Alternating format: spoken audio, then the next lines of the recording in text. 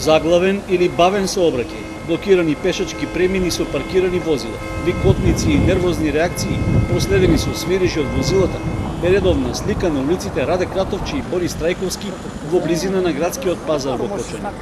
Во четврток, кога е пазарен ден, за да се помине растојание од неколку стотини метри со возило, потребно е долго чекање додека се расчисти метежот, за што на моменти дури и сообраќајната полиција е немоќна. Тесните улици, паркираните возила на тротоарите или на самиот коловоз и присуството на граѓани кои како продавачи и купувачи доаѓаат или заминуваат од пазарот, често е причина за застои што траат и по десетина и повеќе минути. Не е поразлична состојбата и на останатите улици во околината, така што целиот северен дел на градот кон населбата Бавчалук и Браната градче се тешко достапни поради заглавениот сообраќај. Недоволниот паркинг простор околу пазарот и расфрланоста на тезгите по сообраќајниците и понатаму секој четврток останува голем проблем за жителите кои живеат овде. Токму во предизборниот период, сегашните кандидати кои ќе бидат дел од локалната власт мораат да размислуваат како ќе се решава актуелната ситуација што е непроменета со децении.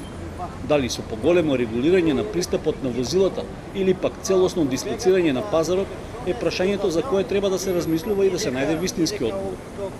Освен неповолната локација, проблем со пазарот останува и продавањето на прехранбените продукти во несоодветни услови и на земја, поради што уште пред неколку години на седница на Советот беше побарано да се преземат мерки за средување на состојбата. Водовод годишно инкасира од 1,2 до 1,3 милиони денари од пазарична такса и редно е да се интервенира со дел од овие средства.